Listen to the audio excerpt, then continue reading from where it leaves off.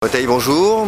Tu as écrit Le Roi absent qui est sorti cette année, si je ne m'abuse.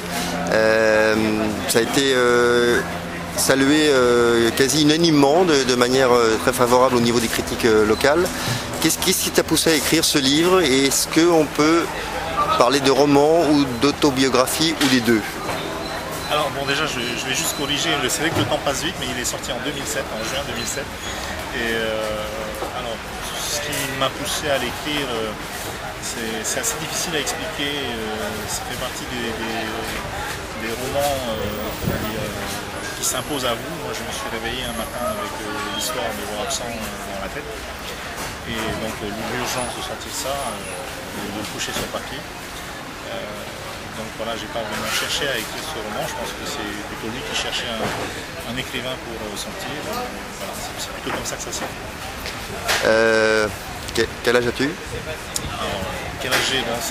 Normalement c'est une question qu'on ne pose pas, aux femmes. Aux femmes, ah, voilà. Je vais quand même répondre, je viens d'avoir 40 ans et voilà, c'est de bel âge. Je ne sais plus lequel écrivain, mais souvent justement à la quarantaine, ce premier livre, quand il existe, on parle souvent de quelque chose comme vomi. Est-ce que ça a été ton cas, comme tu l'as pu plus ou moins le décrire?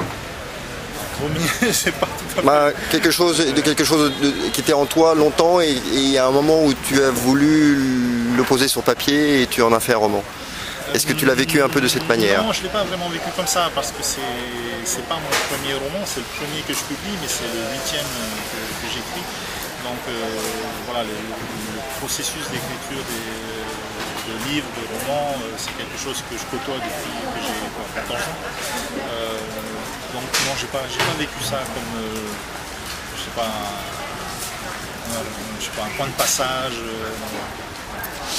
Ok, tu es donc présent sur ce salon du livre. Quel va être ton rôle déjà principalement? Alors j'ai pas de rôle vraiment défini. Moi je viens rencontrer d'une part les lecteurs.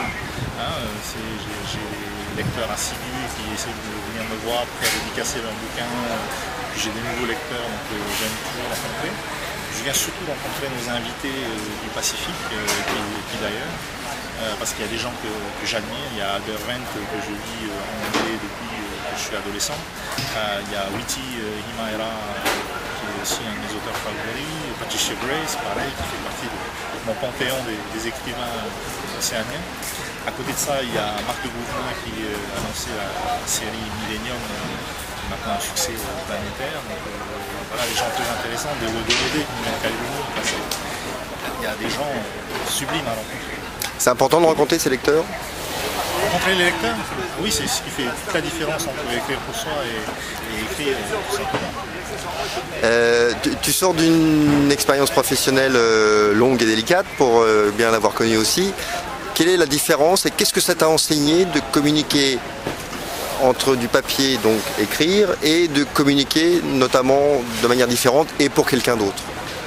Alors oui, c'est effectivement pas du tout le même exercice, c'est pas le même état d'esprit.